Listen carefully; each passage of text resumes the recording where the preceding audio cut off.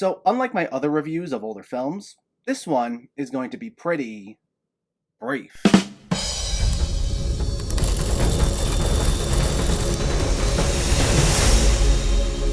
What's going on, everyone? Welcome back to my channel and another brand new review series. So, A Quiet Place 2 is out later this week, and I was going to do a review of the first film to go along with it. And I always assumed that was John Krasinski's directorial debut, but it turns out it wasn't. He had two other movies that I hadn't even heard of before that, and I don't think they got a whole lot of attention. So I decided I was going to check them out and review them as well. And once I review A Quiet Place 2, I will do a ranking of all four of the movies John Krasinski directed. And we're starting with his directorial debut, a movie called Brief Interviews with Hideous Men. So let me know in the comments what your thoughts on this movie were if you've actually seen it. And as always, make sure to hit that thumbs up button if you like these reviews, as it helps me out immensely by getting my channel out there. And if you're new here, I hope you consider hitting that subscribe button so you can stay up to date with reviews of new releases, older films, hidden gems, and so much more on a near daily basis. But let's not waste any more time and let's talk about Brief Interviews with Hideous Men. This stars Julianne Nicholson as Sara Quinn, who copes with a recent breakup by interviewing men as part of her graduate studies. Her intellectual endeavor has emotional consequences, as the men's twisted and revealing stories are juxtaposed against the backdrop of her own experience. As she begins to listen closely to the men around her, Sara must ultimately reconcile herself to the darkness that lies below the surface of human interactions.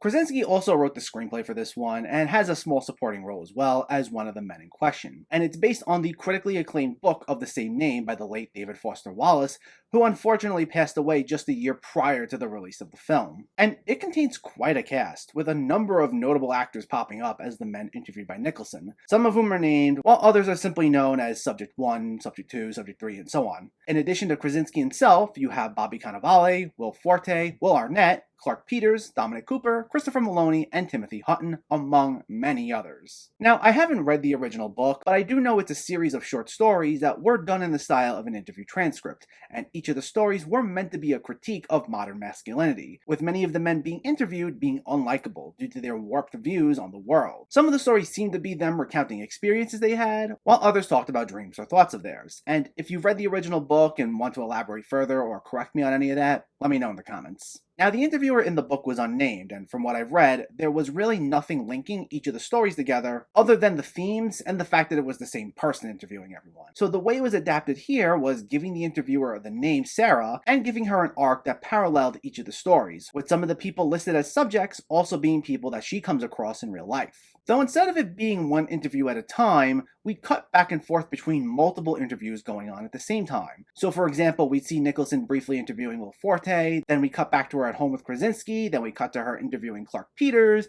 then we see her run into Will Arnett, and so on and so forth. And we get a little piece of each story before jumping to the next, and then we eventually revisit the previous character where we pick right back up where they left off and repeat.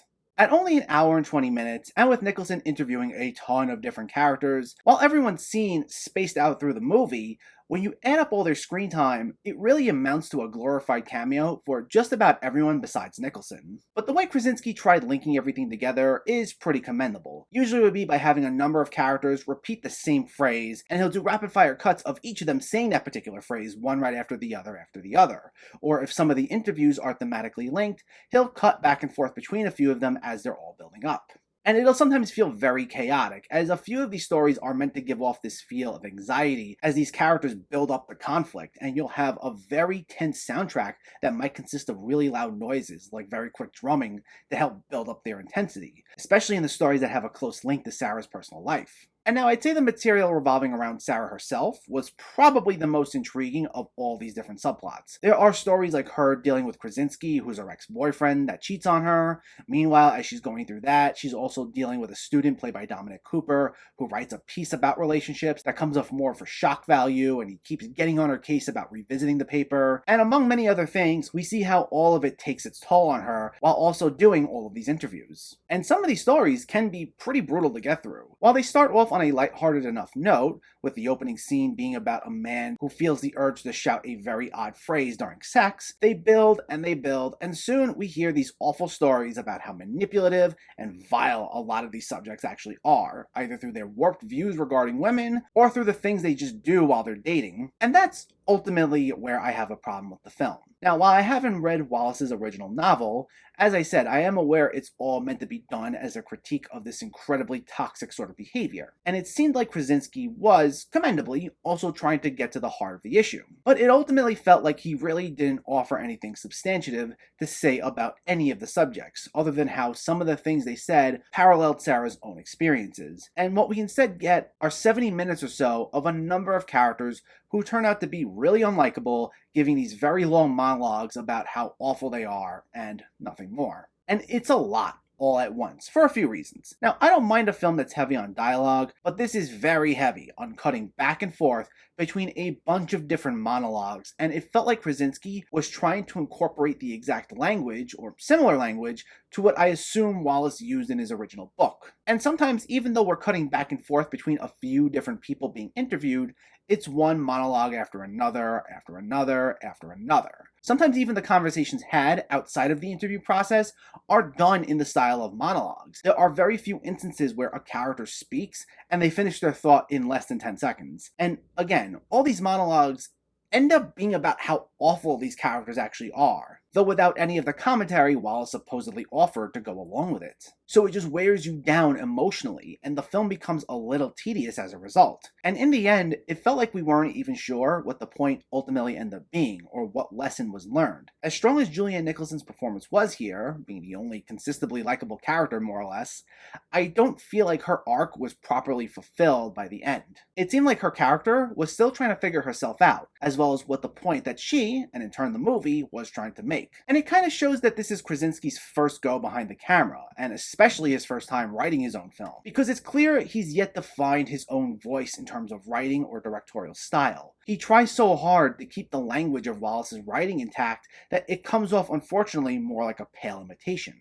And the film felt like a novel visualized rather than a film, if that makes sense. Like the way everything flowed, it still felt more like in the style of a book rather than a film. And while I don't think this kind of story or stories is unadaptable, I think Krasinski would have been better off holding off on this until he had more experience behind the camera under his belt. Especially because this ultimately didn't properly utilize all the great talent on display, his included.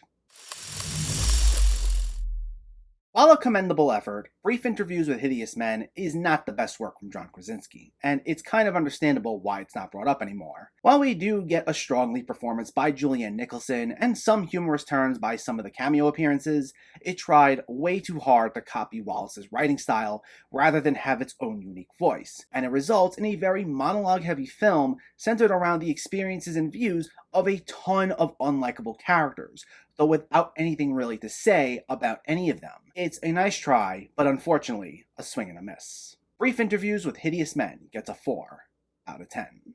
So next up will be my review of Krasinski's second film called The Hollers. But in the meantime, let me know, did you see Brief Interviews with Hideous Men, or are you planning to see it, and what were your thoughts? Did you actually see this one? Did you read the original book? Let me know in the comments below so we can discuss. Also, if you enjoyed this video, please like it and share it, and for more movie reviews and film discussion, please make sure to hit that subscribe button to stay updated. Thanks for watching everyone, and keep having fun with film.